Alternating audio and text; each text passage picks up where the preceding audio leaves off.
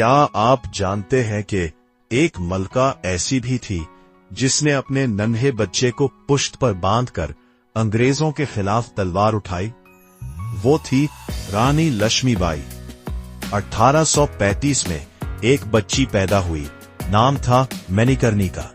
वो आम लड़कियों जैसी नहीं थी। वो तलवारबाजी सीखती, घर सवारी करती। लोग कहते थे ये लड़की नहीं, एक शेरनी है। वक्त गुजरा और वो झांसी की मलका बनी। लेकिन किस्मत ने एक और इम्तिहान लिया। उसके शौहर राजा गंगाधर राव दुनिया छोड़ गए।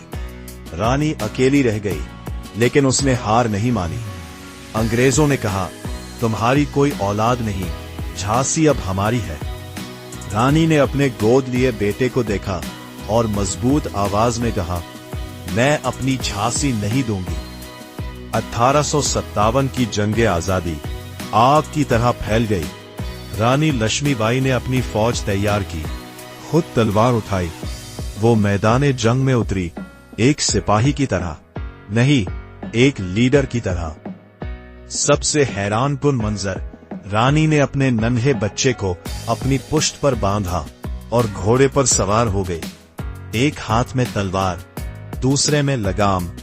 वो दुश्मनों के बीच ऐसे लड़ रही थी जैसे बिजली गिर रही हो। जंग शिद्दत इख्तियार कर गई। हर तरफ आग, शोर, खून।